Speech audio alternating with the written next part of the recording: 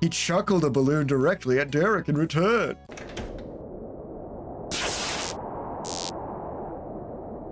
Hello, keyholders. My name is Brogard DM, and welcome back to Our Life Beginning in All Ways. Today, we are continuing our quest through the moments with Derek, our childhood middle school friend, I think it is. Yeah, middle school friend. And last time we did responsibilities with him. We went through and saw more of Derek's family, got to play with him at a pool and go and do soccer and kind of interact more with Nicholas, who is one of my favorite characters. But yeah, for now, we're going to go right on to Lemonade, and then Siblings and Boardwalk will be the next 2 episodes. So let's get into it. It was afternoon on a sleepy summer day. Nothing urgent needs to be done. No real plans had been made. You and your company were simply hanging out on a local beach, free as the breeze. Oh, hey, there's Cove. I wasn't expecting Cove to be in these. It was one of those good days where the world was your own, and you had 2 of your close friends there to enjoy it with. Derek was on your left, and Cove was on your right.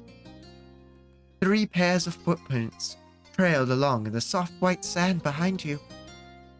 Derek had only been dropped off minutes ago. Instead of going inside your house or Cove's, you'd simply started walking. It was definitely hot. Southern California tended to get that way, but it wasn't so bad that you had to hide away from the beating sun rays. Cove's hands were in his pocket. He spoke out while facing away from you instead. He lazily watched the unchanging horizon. Sorry, that threw my brain for a loop. What do you guys want to do? You and Derek took on matching squints. Normally, there'd be endless answers to that question, but the lackadaisical mood made it feel like trying to solve math problems in a dream. You had nothing. Your thoughts were moving as slowly as the tide that inched towards the shore, bit by bit. Finally, the resident problem solver offered a possibility with a yawn and a tall stretch of his arms over his head. Well, Want to walk to the grocery store? What? Cove twisted his face to the opposite side and stared at Derek. A stuttering laugh expressed his disbelief. Why would we go to the grocery store? With a shrug, Derek scratched his cheek and explained. Well, it isn't. It's probably different here, but where I live, the closest place to get stuff isn't a convenience store or mall or anything. It's a grocery store. So sometimes me and my bros will take a trip down there and see what we can find. Wouldn't you find groceries, you joked? He stared at him with the same questioning look as Cove.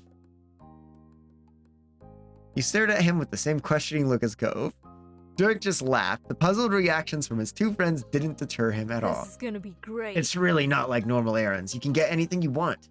There are a lot of things at the store you never even think about when you're there with your parents, and a list of stuff for the house. Cove's formerly heavy, drooping lids lifted high. Showing his bright blue eyes, he glanced between you and Derek for final confirmation that you were serious about doing this. Derek had complete confidence in his stance. It could be interesting, I guess. The corners of your neighbor's mouth perked up as well. Sure. Okay, let's go grocery shopping. Cool. It was another successful bit of improvising on Derek's part. He put his hands on his hips eagerly. Let's go. I'm pretty sure I know where your store is, but the 2 of you should probably lead the way. Leave it to us. Cove puffed his chest out with pride. He was a true local to the town after being there for so many years. And your walk continued, now with an actual destination in mind. You retraced the remnants of your steps in the sand, heading back to the neighborhood, then up the hill, and out of the residential area. When you turned onto Main Street, the grocery store was already visible in the distance. It also wasn't going anywhere, so you enjoyed the stroll together. You would arrive when you arrived. Derek continued to sell the concept of his plan by recounting stories of him and his brothers' past adventures in grocery land. But So we'd gotten super lucky because the discount rack held a whole cherry pie for way off. Me, Jorge, and Nico pooled our pocket change to get it, and then we had an entire pie just like that. We sat outside and on a bench near the store and ate it from the pan. It was cut into 6 slices. I only let the kids have one apiece. It was already a lot of sugar. I didn't want to make them food sick. I tried to come up with how we were going to explain half a pie to Mom, but Nico had his own idea. He took a slice he wasn't allowed to eat and instead threw it at Jorge. Cove's mouth gaped open at the audacity. Derek laughed out loud at the memory, and the response it got him present. He'd been watching way too many cartoons with food fight. Oh God, I just choked on my own saliva. Sorry, guys. Let me continue my story now. We've been watching way too many cartoons with food fights and pies to the face, I guess. You'd believe that. If there was one thing Nicholas loved, it was Derek. And if there was another, it was cars. And if there was a third, it was copying things he'd seen others do. obviously. Obviously, Jorge didn't let that slide, and he took the 5th piece of pie and squished it right into Nicholas's head. His head was covered in dark cherry glue. It was a mess, but if you can't beat them, join them. I dumped the last of the pie on myself. Why? It stopped them from fighting over it, and they would have ended up feeling bad if they got messy and I didn't. Nicholas doesn't think very far ahead. Oh, what did you do next? Honestly. We found a water fountain around the back of the grocery store and tried to scrape off as much pie as possible, then we went home. Mom still figured out what happened, and we all had to take real baths. That was a good time. A fond smile settled on Derek's face. He glanced up to the sky while getting lost in an entirely private moment of reminiscing. Cove was still reflecting on the story with amusement. You giggled at Derek's storytelling. Cove ruffled a hand through his hair, possibly considering how it might have felt to have an entire pie crushed into his locks. He smirked. A pie-throwing fight is way more memorable than I would have guessed. The most unexpected thing that happened to me when out shopping was that time I got a free balloon and accidentally popped it pretty much immediately. Dude. Oh shoot. It was Derek's turn to chuckle in nervous disbelief. His grin shook just imagining it. Okay. It's okay. Rest in pieces, I'm sorry about how our first... Rest in pieces, a dolphin balloon. Yeah, rest in pieces. The conversation stayed on the topic of store-related outings. Naturally, that time you all went to the mall with Lee, and technically Kira too was discussed. Where Cove's mom went during that trip was still highly speculated, but there were theories. The chat didn't last much longer though. Soon you crossed the street and arrived at Sunset Bird's local mom-and-pop grocery store. Cup of noodles, of course. You and your 2 co-shoppers headed right through the automatic doors. A shiver went down your spine when you stepped out of the afternoon heat and into the powerful air-conditioned store. Shiny, orderly aisles stretched out in front of you. Each one was tightly packed with a plethora of brightly packaged merchandise. To some people, the rows and rows of items might have been a slog. Oh, to some people, the rows and rows of items might have been a slog to go through, but seen through Derek's eyes, it was a scavenger hunt with endless opportunities. Though it was Cove who spoke first. Do we need a cart? Nope. Probably not. Derek casually waved that off, eyes still fixated ahead on the altar of consumerism ahead. We're here for quality, not quantity. Besides, do we even have enough money to buy a ton of things? Oh, wait. Cove suddenly burrowed his hands into his pocket once again. He tucked them in deep, but didn't find what he'd gone in search of. I don't have my wallet. It's at home. Me neither. I thought we'd just be in the neighborhood all day. Yeah, I figured. it's cool. I figured. Derek's lack of reaction couldn't smooth over Cove's obvious response to the situation. His wavy eyebrows pulled together. We could have stopped to go get it before we left. Nah, this was my idea, so it's my treat. I've got like $8 and some change. That's enough for all of us to spend around a few dollars or put it together for one thing. That's gonna be plenty. I promise I'll pay you back. $3? That's not even that much. It's really no big deal. I still want to. I will too. Fine, you guys win. Cove's hands finally deserted his pockets, and one came up to rub his forearm All instead. Okay, thanks. Let's get something good. Derek took a step forward as he cheered. All right, here we go. You went down the nearest aisle, swiveling your head to check both sides of the path as you swung your currently empty of goods arms through the air. The first stop of the market expedition was the discount rack in the back.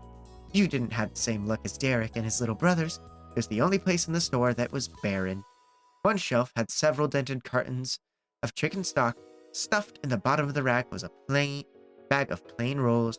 The sight was pretty pathetic. Too bad. He shrugged like it was nothing, but his words told a different story. Would have been much easier if there was a pie here.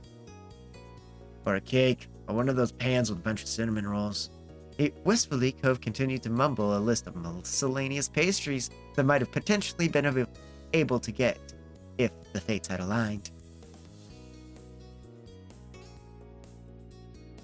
We can still get the stock. It's such a good deal. You got a laugh from both boys. We'll keep it in mind as an option. There's still plenty of possibilities. And if push comes to shove, we could afford a smaller treat, like getting 3 boxes with 1 slice of cake each. We wouldn't eat more than that anyways. Maybe you would eat just one.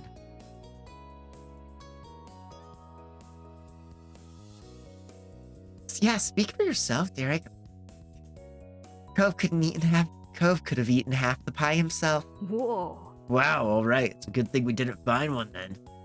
Hey, you pushed past the already pilfered treasure chest and continued to chat. You passed cereals, pastas and sauces, an aisle full of chips, bags, and soda packs, and more. The dry goods and canned foods now behind you. You arrived at the produce section. The arrangement of goods was much more open than the narrow rows of shelves. The 3 of you could spread out more in between pallets and baskets of fresh fruits and vegetables. Dirk grabbed an avocado to check its ripeness. Cove stared at the watermelons, appreciating the fruit. But his blank face made it obvious. He had no idea how to tell if they were good quality or not. Then a recognizable crackling sound spluttered to life. Both the boys with you lifted their heads without conversing. The 2 of rushed over to the back wall where the leafy greens were piled up. A light spray of myrrh burst from the sprinklers, raining down gently on the produce. Cove and Derek stuck their hands into the damp air while snickering. Derek rubbed his hands together to pretend he was washing them. Cove lifted his hands up to be as close to the source of water as possible. You thought the 2 of them were so silly. You stuck your face into the misting. You'd made your own dash across the floor to enjoy the tiny dusting of water droplets on your chink. The impromptu public shower ended shortly, and it was back to the center of the space for you. Knowing grins were shared around as you regrouped, there was a slight comfort in realizing someone else had the same silly habit as you. With the distraction over, the main goal unresolved, Cove helplessly glanced around the store. He was totally stumped. There's a lot of things I like, but I don't have to get any of it now. How do we pick? There was a whine in his tone, and he crossed his arms out of frustration. Dave kept it light, same as he would when dealing with his much younger siblings. Dude, you need more imagination. Turn lemons into I've got a lemonade. plan. Actually, wait, yeah, that's what we should do. We can get some lemons and make our own lemonade. The concept struck Cove just as much as Derek. Oh, that would be cool. Now that's an idea. I think so too. Great. Derek marched with purpose to a box that was heavy with mesh bags of the desired yellow citrus. He tapped a finger to his chin, then bounced from one foot to the other. Derek was suddenly a lemon connoisseur who scrutinized the offerings with utmost focus. He selected 2 bags, 1 in each hand. The bottom of each pack was set up against his upturned palms. Derek jiggled the lemons, and tried to get a sense of their weight. Finally, the bag on the right was deemed superior, and Derek carefully laid the unwanted bundle back onto the stack. Then he lifted the winner high, showing it off to Cove and you. I've got my thing. It's only $3. Now, your turns. This time, Cove didn't look aimlessly at what was in front of him. He shut his eyes and put all his mind's power into conjuring up an answer. Soon, he stole a quick glance at Derek's lemons through squinted eyes, then took his turn. Come on, Let's go. let's do it. He made another trip across the length of the store, this time at a much brisker pace. Cove had a target in sight, even if you couldn't see it. He blew past all the food aisles, the pet shelves, and the cleaning supplies. He only stopped when you'd made it to the one random aisle in the store with cheap plastic kids' toys. This is it. His words were eager and certain. There was a childish excitement to Cove that was fitting for your location. He reached into the wall. With yo-yos and bubble blowers, his finger landed on a baggie of water balloons. Freaking lemonade is gonna make me want to have fun outside too. We can use this for that. Perfect plan, Cove.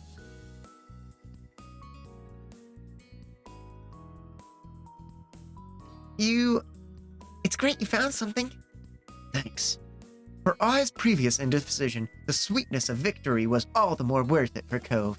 His selection was even cheaper than Derek's $2 and a bit of change. All that was left of Derek's money was $3 and your choice of prize.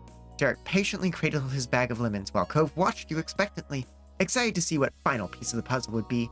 You reflected on the theme that was forming, your own preferences, and the shareability of different goods. In the end, you opened your mouth and said, I want those little pink umbrellas to put in the drink. I want to get gum, yo-yos. Let's get some. I want those little umbrellas to put in the drinks. Excellent, Aura. You got to lead the way out of this toy aisle and back into the thick of the grocery store traffic. You rounded around the aisles until you found the right spot. You took another minute to pick out the best little umbrellas, and then you were done. With items in hand, you, Derek, and Cove went through the checkout line. Derek dug out his pocket change and paid for your odd arrangement of items. None of you bothered to get a bag. Derek's was already in one, and Cove could easily carry your own things. After a successful grocery trip, you returned to the great outdoors to walk back to the neighborhood. This kind of outing reminded you that it wasn't about what you were doing. What counted was who you were doing it with. Outside, you gathered in front of the crosswalk and waited for a chance to get back on the main sidewalk. While standing around, it was unanimously decided that you'd bring your goods to Cove's house and make the lemonade there. Your home had the risk of Elizabeth deciding she wanted a pre-dinner snack. She wouldn't appreciate having a lemonade-making operation in the way. There was no worries of that in the Holden condo. Cove's mom and dad were out, and even if they weren't, they were his parents, not bossy big siblings. They wouldn't even dream of throwing the three of you out of the kitchen to use instead. Derek was thinking along similar lines based on what he said next. Honestly, man, I can't wrap my head around what it's like to not have any siblings hanging around the house at all. I don't mean that you're weird for that, just it's gotta be so different. Really? Is it? I have my dad here. My mom is staying right now too. I guess. Yeah, but that's not the same. Parents take care of the kids, and the kids have a bunch of stuff they need. Every day has to be about me and my brothers. If we go out to eat, will everyone like the stuff there, or will Jorge be too picky?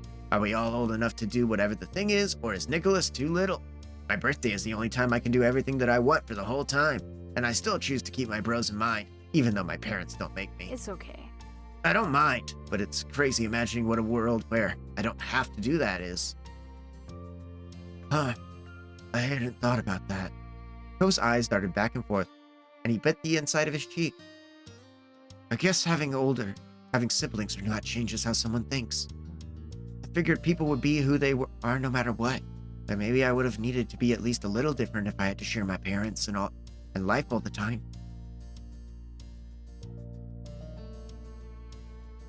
I don't even want to imagine a world without Elizabeth. Same for me and my bros. But But The road was clear, so Derek got the conversation and his legs moving again. He started preparations by listing off what you'd need to gather when you made it back. Sugar, ideally some ice, and really cold water. A pitcher or something like that. Do you have one of those lemon squeezers? We can do it by hand if we've got to. With every object Derek recited, Cove nodded along plainly, but he was watching something off in the distance. His faraway thoughts made Derek's words reach him less and less, until Derek noticed the lack of reaction. He called to Cove more loudly to catch this attention. Are you okay, dude? Oh. Cove blinked as his brain snapped back into place in the center of his head. It's nothing. What are we talking about? Derek spun his lemon bag into a mini tornado by twisting it around tight from the bottom and then releasing it. He snickered. No worries. No worries. I was just making plans for making the lemonade. Okay. The rest of the trip passed by comfortably. Derek carried the conversation, and Cove really paid attention from then on. Once you had arrived in your neighborhood and reached Cove's front door, the resident of the building opened it up without needing a key. It was already unlocked. Derek gasped upon seeing such a lack of security. Cove, however, was so relaxed and content that he yawned while going inside. That unknowingly cut off Derek's chance to question Cove about his choice not to lock the door. He simply followed his friend inside, and you did as well. Cove leisurely crossed his living room to drop his bag of water balloons on the coffee table for later. You left your little umbrellas there alongside it. I'm on it. All right. Derek went straight into the kitchen. He had his lemon bag over his shoulder like a gym pack and flipped it over to sit beside the sink. He slipped his thumbs through the holes of the mesh and tore it. Where's your coriander? Cove paused, looking incredulously at the wall. Then he turned and projected his confusion across the counter towards the source of it. What? My what? Undeterred, Derek was quick to offer a rephrase. A strainer.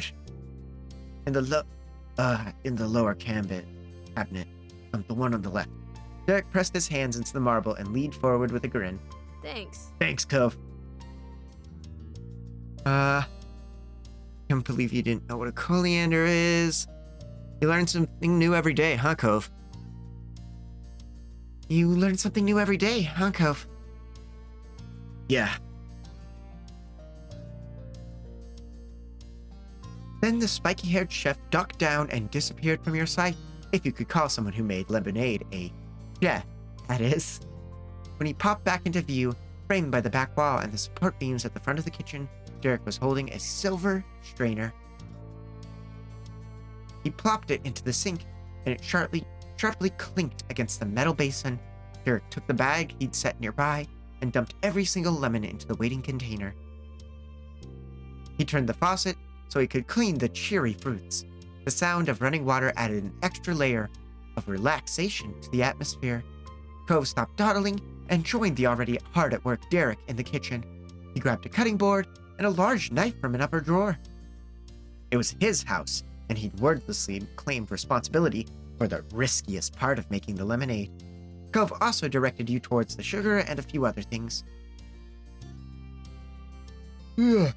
As it turned out, Mr. Holden didn't have an actual lemon squeezer, so you were going to be doing that by hand. He did have a perfectly crystal clear glass pitcher. That'd be perfect for the lemonade. The body of it was completely round ball shaped. It had a narrowed edge that pulled it in at the top, with one side pinched into a sprout. As far as you could tell, it'd never been used. Hey. Have you made lemonade before, Aura, Cove? Derek casually questioned both of you while he hefted the so-called colander up and down to shake off some of the water clinging to the freshly washed lemonades. I've done it a few times. I like the idea of me and Cove having made it together before when we were kids. Me and Cove had made it together before. Cove scratched the back of his head bashfully and chuckled. There was a pretty small amount of things you hadn't done together over the years of being across the street from each other. Yeah. Cool. Derek hummed while placing lemons on a clean kitchen towel. He took a fruit from the colander with his left hand, passed it over to his right, and placed that down while grabbing a new one. It's all good. I've made it before too. Fresh lemonade is so good. I'm excited for this. So am I. Your tools were all prepared now, so the team shifted into the actual creation of the traditional summer drink. Cove would cut the lemons into chunks. Derek gave Cove a tip to roll the lemons against the board before slicing them to get the juices going. You and Derek worked hard together to squish the fruits. You squeezed the lemon parts over the pitcher itself, with a smaller strainer balanced over the mouth of it to catch the seeds. Piece by piece, you crushed the thick peel into itself to pop the little sacs of juice in the fruit. The tips of your fingers began to wrinkle after a while, but slowly a murky liquid pooled at the bottom of the glass container. When enough fruits were chopped, Cove joined in the juicing effort. The three of you huddled around the counter together. You leaned over the one pitcher and strained to get everything you could out of the little yellow menaces, while not accidentally squirting acid into anyone's eyes, of course. The precariousness of the situation aside, Cove continued the conversation with a question of his own. Derek, you've made lemonade, but did you ever do the whole lemonade stand thing, where you try to sell it to random people who pass by?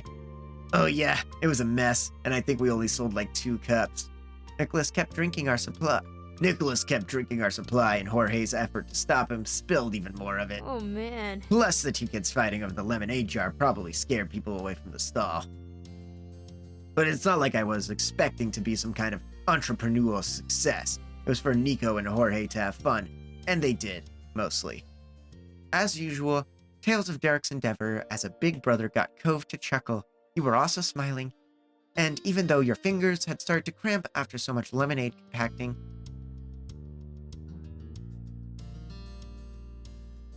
I didn't ever try. I could never talk to strangers like that.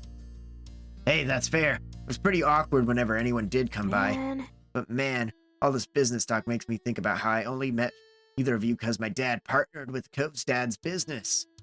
If that hadn't happened, you probably wouldn't have ever learned I existed. You'd still know each other, obviously. Derek squeezed his 12th lemon chunk with a fittingly sour expression on his face. He'd accidentally made himself feel like a third wheel.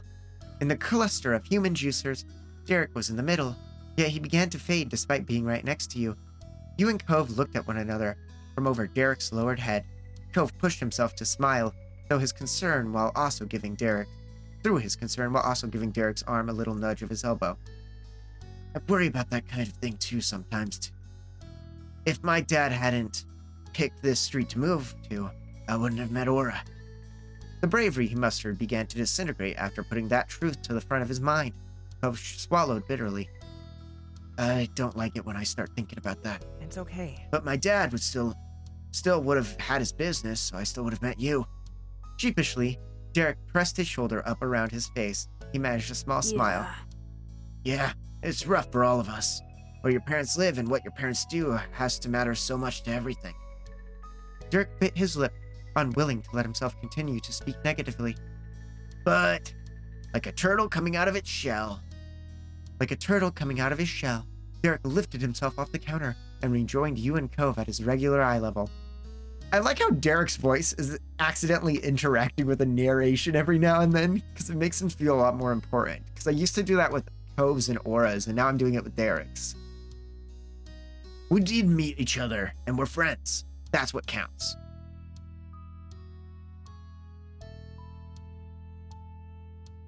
That's the 3 of us who worry over those things. Soon we'll be old enough to decide everything for our lives. We could have met another way somehow. That's true. It's a small world. Cove quietly watched over his friend, soothed by his uplifted mood, then his lips parted as a pleasant thought came to mind. Hey, this is where I was standing when I first met you. Right? Oh, yeah. Derek bounced up on his toes and tossed a lemon piece he'd been working on over into the trash can. It landed inside perfectly. But I was on the other side of the counter back then, and now I'm here in the kitchen with you. That caught your ear, and you lifted one of your eyebrows. You remembered the night Cove told you he'd met a new kid named Derek, but he didn't say much about it. All you really knew was that their parents had started working together, and then Derek began to come around the neighborhood for visits. Derek could recognize an intrigued audience when he saw one and did what he knew how to do: tell the rest of the story. Mr. Holden invited my dad over for a meal at his house after their partnership was official. He talked about Cove before, when him and my dad were getting to know each other. You can't get away from hearing about Mr. Holden's top-notch son if you spend any time with him. Off to the side, Cove mumbled with embarrassment over what he clearly thought was an unnecessary addition. Derek laughed the minor interruption off and went on. So, my dad suggested I come too. Since we were the same age, Mr. Holden was apparently really into the idea. I had no idea what to expect from something like that, but I wanted to go to a sort of business dinner with my dad. Felt pretty cool to be invited, and then I went. Whatever I was imagining before I got there, Mr. Holden definitely wasn't it. I had thought my dad was a casual or a professional business person, but Cove's dad takes the cake. A warmth came to Cove's expression, not the red-hot heat of fluster from before, but a gentleness that was based in his honest love for his parents. A lot of people don't expect Dad to be how he is. What did you think about me when you first met me, you know? Derek mindlessly scratched his damp hand against the back of his head. A stray lemon seed clung to one of the spikes of his hair. He didn't want to cut the two off, so the little bit went unmentioned. no way.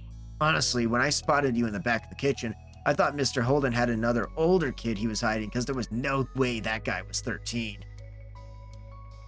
You were so tall and fit, and you just stared at people. You seemed like a tough upper-grade teen who never talked to somebody like me. You snickered under your breath. If you didn't know any better, you'd think he was describing Elizabeth. Having that description be assigned to Cove, Holden of all people, was hilarious. Cove was equally startled by Derek's choices of words. His eyes opened wide in amazement. You thought I was tough? Yeah, I did, but thought is definitely the right word for that. That instantly put Cove in a pouty mood. He pressed both his palms against the marble countertop, not bothering to squeeze another lemon. Cove didn't want to play anymore. Derek leaned his shoulder against Cove's side affectionately. He reached past him to the lemon slice Cove wasn't using and started to juice it himself. Sorry. There's nothing wrong with being a softie. I like that about you. Bringing Derek's statement to life, Cove visibly relaxed his stance. The tone of his voice was equally delicate. I guess it's not bad. I love that you're a softie, Cove. It makes Aura like you all the more. Cove was honestly kidding himself if he thought he was anything other than a sensitive sweetheart. Just like Derek, that was something you treasured about him. It's great, Cove. Cove took a new piece of fruit and rejoined the lemonade-making efforts. Derek pinched an eye shut from the tension of crushing a chunk in his fist. He hesitantly continued the topic. So, what about me? When you first met me, what was the kind of impression did you get? With much less effort, Cove used both hands to work on a single lemon. He answered the question while staring off into space. That was likely the same expression Derek had seen the moment they'd met, the face he'd read as intimidating rather than easily distracted. I thought you probably like sports. All three of you shook from laughter, thumping against each other with your closeness, like a bunch of grapes on a vine rustling in the wind. I get it. Okay, Aura, your turn. What did you think about me when we met? Oh! Your mind began drifting back to a few months ago before summer vacation had begun. You stepped out of your house late in the evening, and Cove was sitting on the curb with someone else.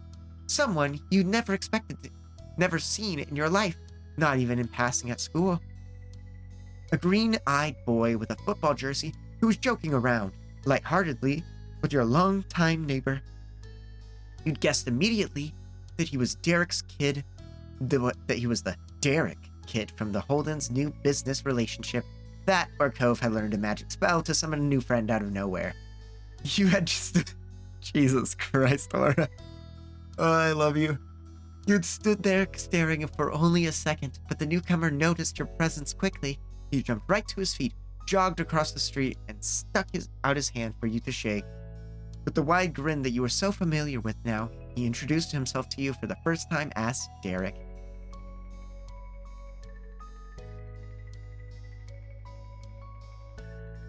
I thought you were the politest teenager I'd ever met. Ah, Thanks. Are you gonna tell me what you thought of me when we met? Derek's gaze shifted from the picture in front of him to settle on you instead. There was a focus in his eyes, made you hold your breath from anticipation. I thought you were really chill. Wow, it was kind of flattering to know you'd made such a good first impression on Derek.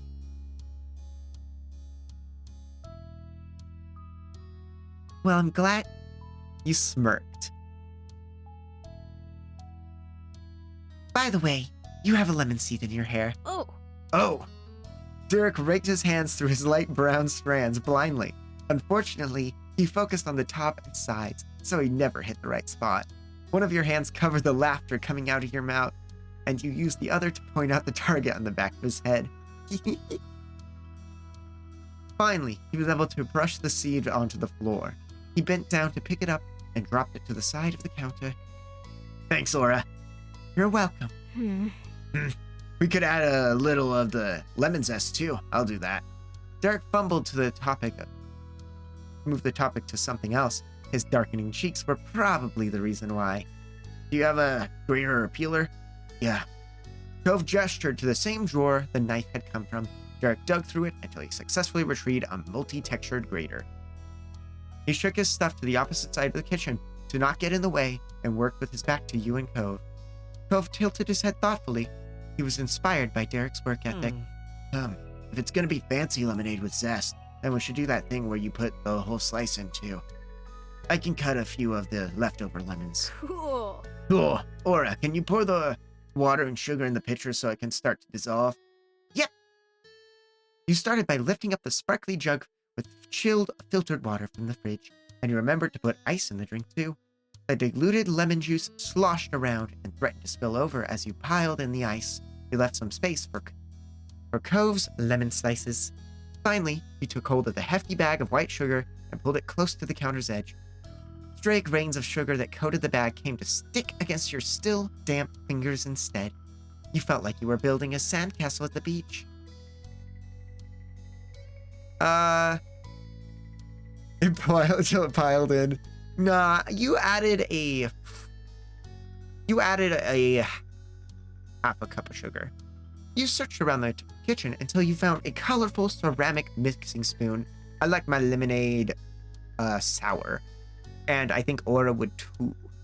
You dunked it into the pitcher and carefully stirred. A quiet smile grew on your face as you watched the bits of sugar swirl around in the pale yellow drink. At this point, the separate ingredients had truly come together to become lemonade. Round and round you turned the spoon. It was almost hypnotic the way the juice whirled inside the pitcher. Your trance was broken by a sharp hiss at your side. You dropped the spoon, losing it in the depths of the lemonade, and snapped your head towards Cove. He was holding his left hand up to his face.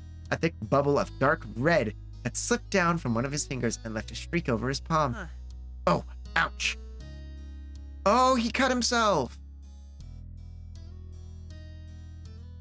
That's not great. Where do you keep the bandages? I think I've established already Aura's the kind to panic slightly. At the site to panic when things don't go correctly. She's pretty calm in like situations where she can think about things, but sudden things happening is not great for her. So I think she would scream out, "Derek, Cove is hurt."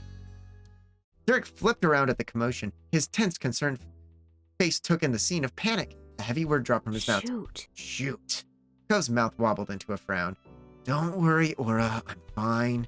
Out of pure instinct, he reached out for you, before abruptly stopping himself. He turned his body away and covered his injured finger with his other hand so you couldn't see. Derek stretched his arms high to grasp the taller teen by the shoulders. He stepped backwards, getting Cove to move with him. Aura, go ahead and sit down. We'll be right back. Cove muttered an apology as he stumbled along with Derek, who was reversing out of the kitchen. You were left standing there alone in the lemon-covered kitchen, still in shock. Cove actually got hurt. He was bleeding. Your heart was hammering, and you couldn't move. Derek's request for you to sit down went unheeded, even though your legs were threatening to collapse under you. After what felt like an eon, but was probably only a couple painful minutes, Cove and Derek returned. The color that had struck you so horribly was entirely wiped away. Instead, an unassuming brown bandage was wrapped around the cut on Cove's finger. It's okay. It's okay. Wasn't deep. We washed it off, got it clean, and put a bandage on it. Good as new. Derek marched right into the kitchen, snatched the stained knife and cutting board, dumped the lemon slices into the trash, and dropped the dishes into the sink. He scratched them off and washed his hands while he was there too. The last remnants of the event were taken care of. Meanwhile, Cove hesitated in the living room. He waved cautiously with his right hand. The left was tucked behind his back. Are you okay? How are you doing?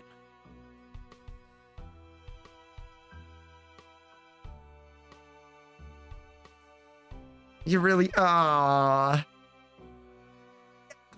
He's okay. So the part of me, I didn't talk like at all in the last episode, and I don't know if that's preferred to what I'm doing now.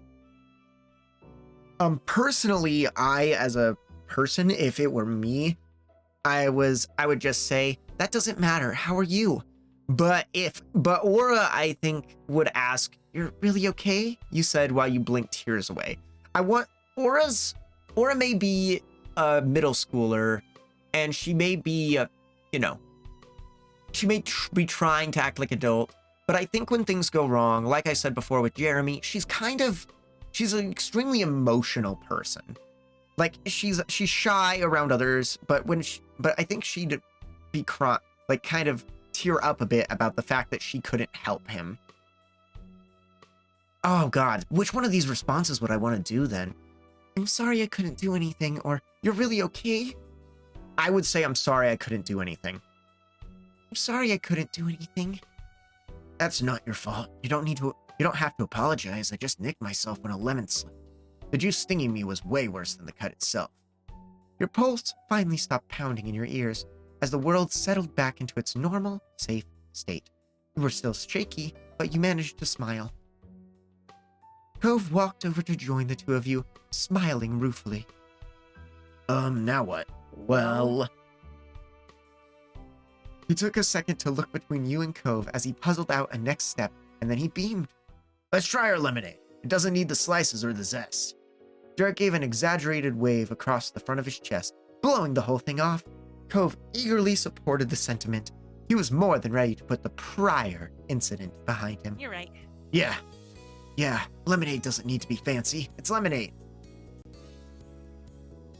There's the spoon in the bottom of the pitcher. Derek nodded twice as he lifted to the nearly full pitcher.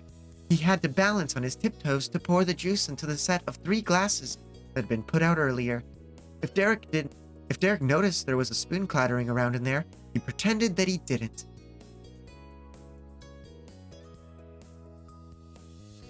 Thank you. At the same time, Cove and Derek tipped their cups and took full gulps of the drink. They savored the taste, and you watched as their reactions formed. Cove's brows lifted in surprise, and his eyelashes fluttered. Derek hummed while wiping his mouth. This is better than I thought we'd be able to do. It's really lemony. Derek gave a thumbs up to that. Good job, team. Good job, team. You gladly joined them in taking a sip, enjoying every drop of your hard work. It was absolutely refreshing. Cove chugged the rest of his drink, then placed the empty cup down firmly. His enthusiasm was continuing to rise. Let's fill the water balloons. Slowly, cautiously, Derek questioned Cove's plan. He didn't want to ruin things, but expressing concern was more Are you important. sure? Will you really be alright in a water balloon fight? Your finger and stuff? And are you feeling up for that after everything, Aura? Don't worry about it. You don't have to worry about me. I'm not me that much. I'm not a little kid you're babysitting. As confident as he was about himself, Cove did a sneak glance at you. His eyes held the same uncertainty as Derek. Yeah, of course I'm up for it. The cut thing was no big deal. Alright, let's do it. Nothing else needed to be said. The 3 of you busted open the baggie of water balloons, pushed the tools of your lemonade production aside, and got to work on another summer group project. You stretched the open end of the water balloon over the faucet. The plastic fit snugly around the silver spout. You still kept your hands on it to make sure the balloon didn't pop off and shoot a stream into your face like a busted water fountain. Dirk flipped the handle up for you, and the first saggy balloon rapidly expanded. Out of the bag, the balloon was a dark emerald color, but in only a few seconds, the bloated sack of water had stretched so thin, the green had become almost translucent. It was as pale as Cove's hair. But before it pushed beyond its limits, Derek turned the faucet off again. You carefully pinched the strained top of your perfectly plump toy, and then harvested it off the silver vine. Cove reached out for it. He intended to tie the balloon while you and Derek continued filling. Derek looked between the balloon and Cove's hand and called a timeout. He'd been a little over-eager to get involved, and realized in that moment that their team arrangement wasn't the most efficient. He requested to switch positions with Cove. Cove rolled his eyes but couldn't argue. His bandage could easily be yanked right off by the taut loops of plastic that formed around the fingers while trying to tie them. Your optimized party got back into action, with you hooking balloons into place, Cove handling water distribution, and Derek sealing the deal with a knot. Soon you had a couple dozen shiny water balloons overflowing in the sink basin. Cove pushed off from the counter silently. He disappeared from the kitchen and left you and Derek wondering. He went down the hall into his bedroom. He was only gone for a minute before stepping back into the hall with a pure white, full-speckled laundry basket. The point of that was obvious, but his choice of bin did get a bit of ribbing from Derek. Did you jump your clothes out onto the floor for that? Yeah, they were already dirty. Oh. Derek blinked. He hadn't expected that to be true or for Cove to be so straightforward about it. You snickered at the exchange, but still casually leaning against the sink. When Cove dropped the very newly empty laundry basket on the tile, you cradled a few water balloons in your arm and placed them inside. Cove and Derek joined in with the transfer. Eventually, every water balloon had safely made it into the basket. Nice. Nice work. Derek and Cove each took one side and lifted, while you helped steer by grabbing the back end. Moving as one, the three of you shuffled out of the kitchen and through the living room to take your treasure chest of jiggly jewels into the neighborhood. The door was opened, the drop from the curb to the street was overcome, and you successfully placed the laundry basket in the center of the empty road. Well, we're here. We are here. Derek slowly curled and uncurled his fist.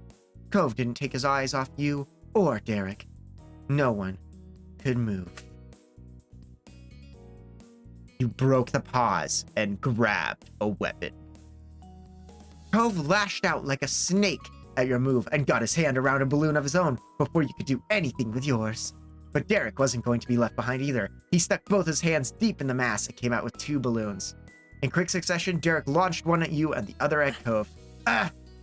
You felt the impact of a solid object slamming into your chest before it burst into a million pieces and a shock of cold water seeped into the front of your dress.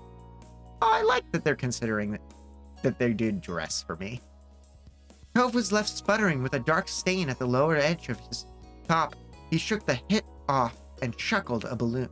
He chuckled a balloon directly at Derek in return. It exploded against his right shoulder. No one was dry anymore, and no one was safe. The war was on. You threw yours at Derek. It landed true, and a second dripping blotch on Derek's favorite jersey. We're even, Derek. It's on. Yeah, not for long. The three of you elbowed against the others to dig into the pile and restock their supplies. Politely taking turns was out of the question. The water balloon fight was in full force. Derek sprinted up and down the street, making himself into a moving target. He'd only made a mad dash for the center area when he ran out of balloons. Cove had no fear of being an easy mark and stayed right behind the laundry basket, lobbing strike after strike at you and Derek. You competed with Cove for control of the pile. You hid in your home's doorway. I'm the strategic one. The walls of your family household proved to be a perfect line of defense. You rarely had the chance to get a balloon and throw it, but the boys almost never got a clear shot at you. Laughter and water splashes filled the normally quiet Sunset Bird neighborhood. You were convinced the mean grandparents would jump out and shout about the noise. Luckily, no one interrupted your revelry, and even if someone had, they would have been putting their dryness at risk by confronting your group. Rapidly, the amount of balloons dwindled. Each person only had one left in hand, and the laundry basket had nothing except a little puddle at the bottom with scraps of rubber scattered in it. Arms were held high in the air, taking aim, and eyes shifted from one option to another. Derek wound his hand further back. Coven, you couldn't take your eyes off him. Your teeth gritted as you tried desperately to calculate where the balloon would fly. Would it be Cove or you? However, Vic chose neither. He launched it straight up in the air and reached an impressive height. You could barely see the speck of yellow and against the vast blue sky until it inevitably sailed down and smacked against the tarmac. Derek broke into more snickers at the exact moment the balloon broke into 1,000 droplets of water. He wasn't the only one amused by the stunt.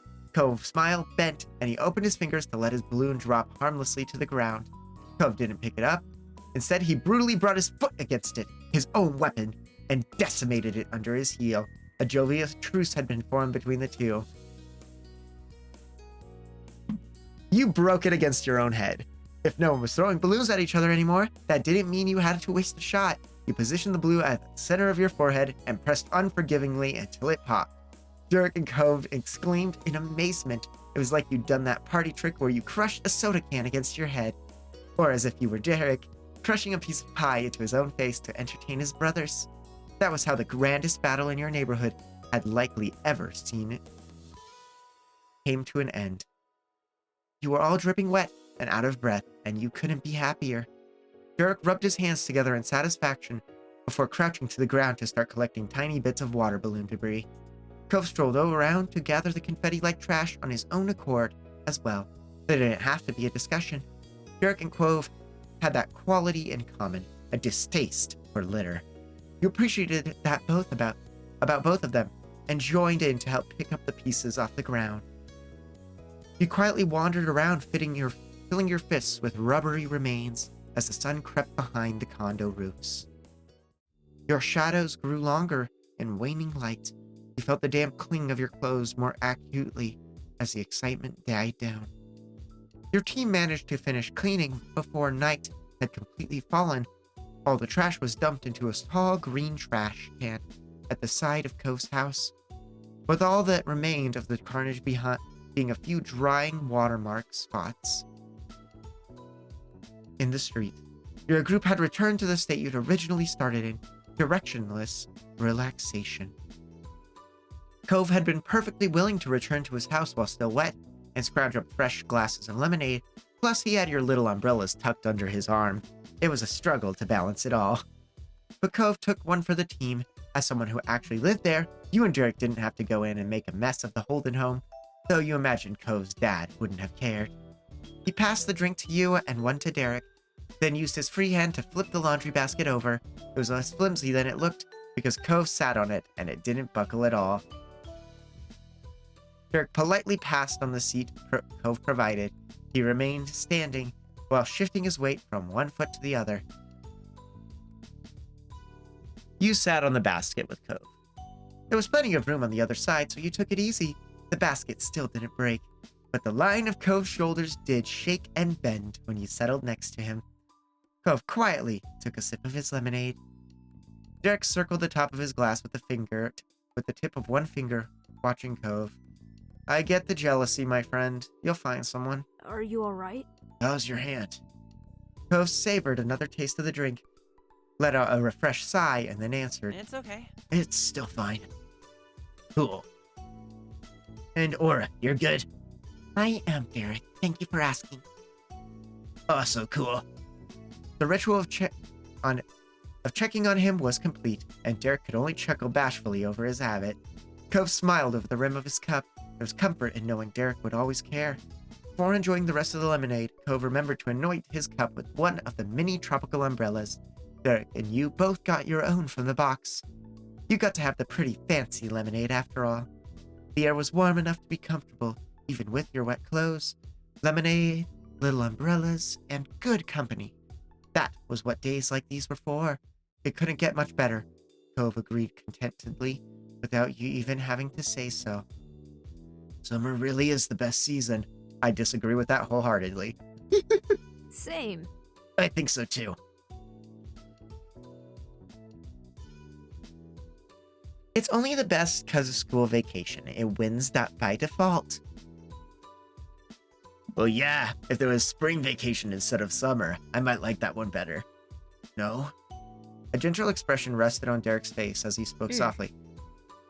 It'd be nice if things could be like this all the time, huh? But then Derek lifted his glass and spoke in mock outrage to the world at large. Why can't it always be summer break? Despite it being an obvious joke, Derek's words struck a chord with Cove. His total chilled, hardened into seriousness. He downed his second glass of lemonade and hopped onto his feet. They were gently jostled by his action. I'm gonna go check on something. You should come, both of you. He considered that a sufficient offer because Cove simply walked back to the front of his house and left the empty glass at the side of the door. Derek's gaze followed his friend and he lifted one eyebrow. What are we gonna see?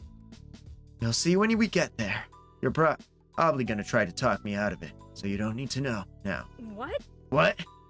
He almost dropped his cup. Derek twisted his head to track Cove's moves with his saucer-wide eyes.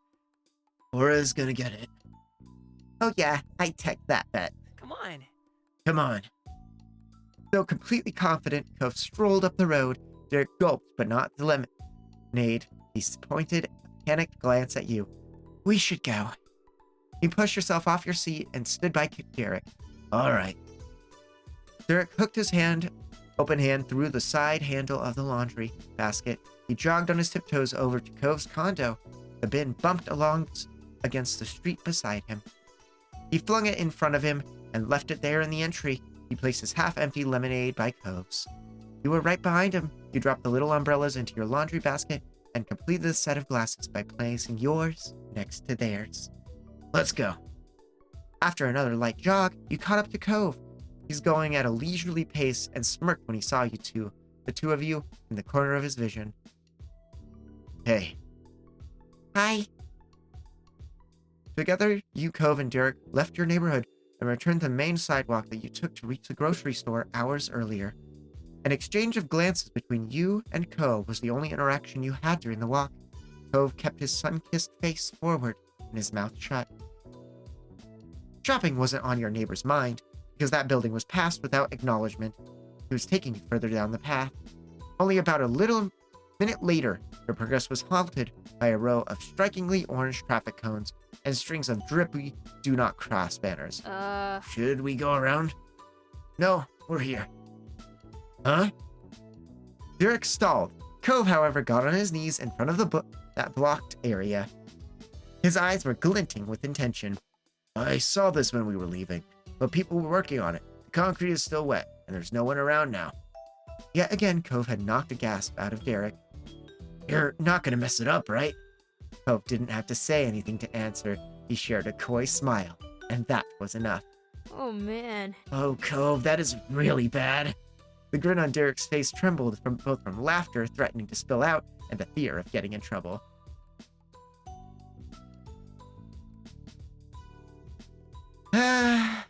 You shook your head and sighed. Cove fearlessly stuck his finger into the muddy gray concrete. He slowly etched out a series of numbers. When he was done, the corner of the block had 2011 scribbled into it for all to see. Ah, so that's the date. Good to know. He surveyed his work with pride while wiping his dirty finger on the side of his pant leg.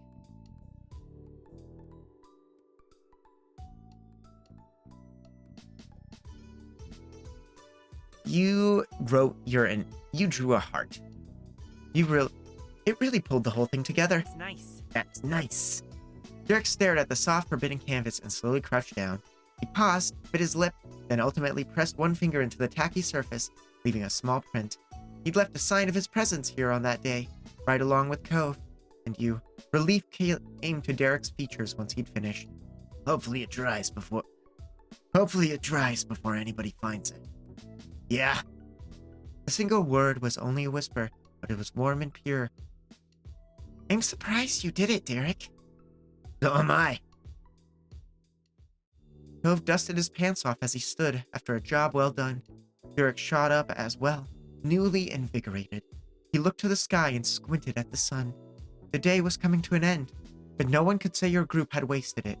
That was true for the entire summer. No matter what happened when school started again, and when an unknown future arrived, you'd still have all the memories you made, together when you had the chance and the things you'd left behind. I wonder if I'm going to have a moment when I'm like in high school or when I'm an adult where I'll be able to come back to that and look on it with happiness or joy or something. Who knows? But anyways, I don't need to go rambling on again. I do that after every episode, but you know, we'll end this one here for you guys. But yeah, just to wrap things up, thank you guys so much for watching this video. I hope you enjoyed my narrations as always, and I'll close the door on this one.